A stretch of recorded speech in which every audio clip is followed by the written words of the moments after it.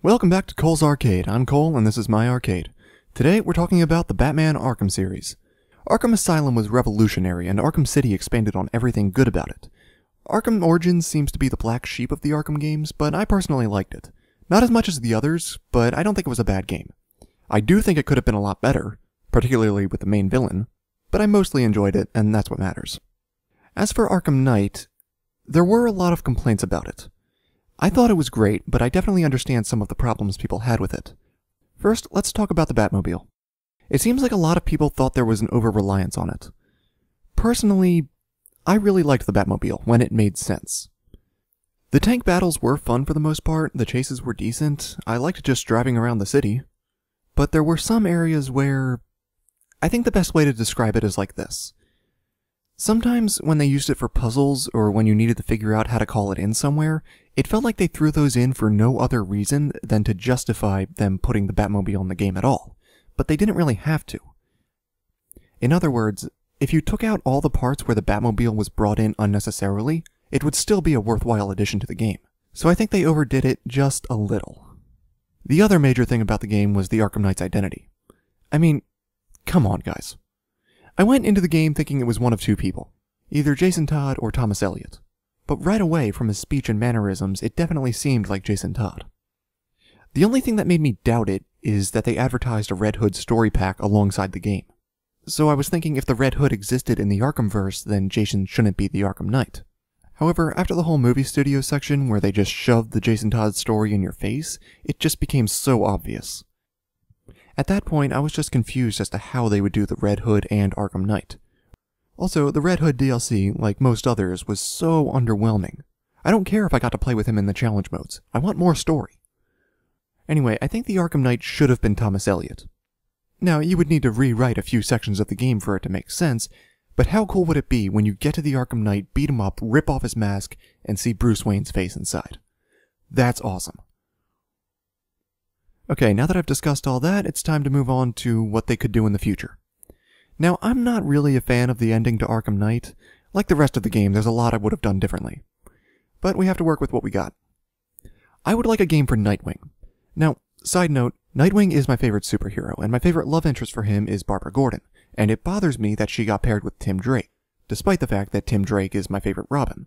But again, we've got to work with what we got. So, a Nightwing game set in the Arkhamverse, but it wouldn't be a straightforward play as the hero, stop the villain game. It would also feature the Red Hood, and here's how. You primarily play as Nightwing, but every now and again, you flash over and play as the Red Hood. It would work kind of like Assassin's Creed Revelations, except not quite as long. So, you're playing as Nightwing, tracking the main villain, and then after a while, you get a single mission as the Red Hood, who is also tracking the main villain. Repeat. Maybe for one of these missions, you have Nightwing go to a main base of bad guy henchmen, only to find everyone already dead. Then flash back to, say, an hour ago, and then you play through the area as the Red Hood, who then gets information and leaves. Then flash forward back to Nightwing. Of course, somewhere in the middle of the game, Nightwing and the Red Hood have to fight. You both survive and escape, of course. Maybe they're in a burning building or something. You'll probably play as Nightwing for the fight, but once it's over, you flash over and play as the Red Hood for another quick mission. Then go back to Nightwing, who's back on the trail of the main villain. Finally, the cliché would be both of them coming to the main villain at the same time, and having them set aside their differences to beat him, and Nightwing convinces Red Hood to let him live. It would all be a metaphor for how Jason walks the line between good and evil, and how he who fights monsters should see to it that in the process he does not become a monster. Or, the player can choose whether or not to let the bad guy live. Throughout the whole game, both characters should start to wonder if the other one is right. Jason wonders if he's too harsh, and Dick wonders if he's really doing enough.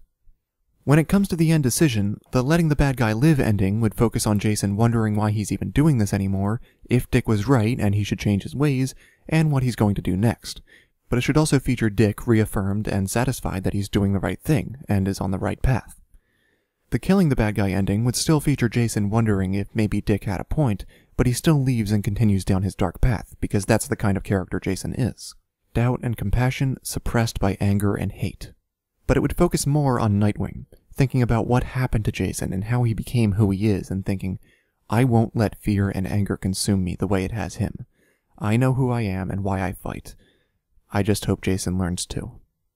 So in this version, it comes down to the same principle, that killing is wrong, but it's ironically less conclusive. Both characters continue down their paths, but continue to doubt themselves and each other. The letting him live ending is much more positive, with Nightwing reaffirmed and Red Hood letting his anger fade somewhat. That would be the real point of the game, rather than the main antagonist. That's not to say the main antagonist should just be generic. They may serve as a great character on their own. It would be a delicate balance of being involved, but not so much that it overshadows the rivalry, but not so little that they barely seem important at all. So there you have it, guys, my thoughts for the future of the Arkhamverse. Thank you all so much for watching. I'll see you later.